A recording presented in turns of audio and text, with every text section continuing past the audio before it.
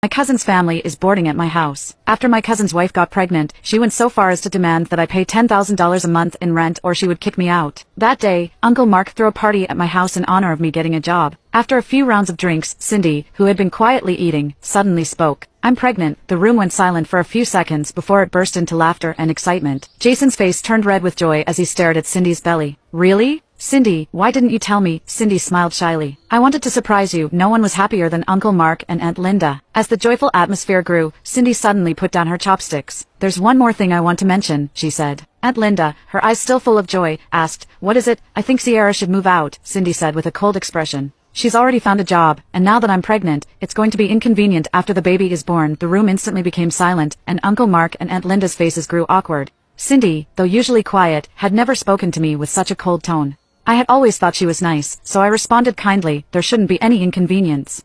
I'm not a guy, and when the baby arrives, I can even help take care of it. When the baby comes, there won't be enough room for everyone." "How could that be?" I said, trying to be considerate. "We can clean up the attic floor and make room for your little family. There will be more than enough space." This estate house was large, with several rooms on each floor.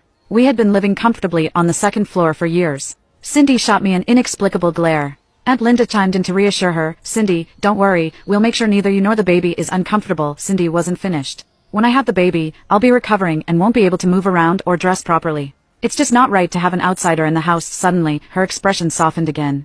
"Sierra, I'm not trying to force you out, but you've been living here for so many years. Isn't it time you moved on?" Seeing my face darken, Cindy added, "Your parents passed away early. When you were in college and grad school, my in-laws covered all your living expenses. Nowadays, young women are all about independence. It's time you learned some self-respect and started living on your own." I looked around at Uncle Mark and Aunt Linda.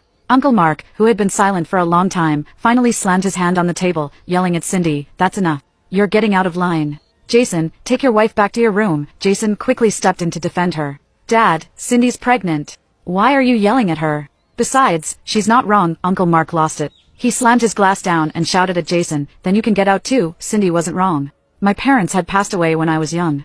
My dad, Steve, was a company owner, and my mom, Mary, was an architect. 7 years ago, they were in a car accident and both became comatose. That year, I was about to take my college entrance exams, juggling between school and the hospital. It quickly became too much, and I started thinking about hiring a nurse. When Uncle Mark found out, he came to me and said, "Sierra, you don't need to hire a nurse. Aunt Linda and I can take care of them." I wasn't sure about it. Uncle Mark had always been kind to me, but taking care of one person in a coma was already hard, let alone two. "It's no trouble," he said, tears welling in his eyes. "They're my sister and brother-in-law, after all. No one will care for them better than family." After thinking it over, I agreed and paid Uncle Mark and Aunt Linda triple the normal rate to take care of my parents. They did a great job. Every time I visited, there was no smell or mess on them. They looked after my parents for over a year before both passed away. I went to college in another city. Some people suggested I sell the estate house, but I couldn't. Now you can watch the second part by pressing share and more.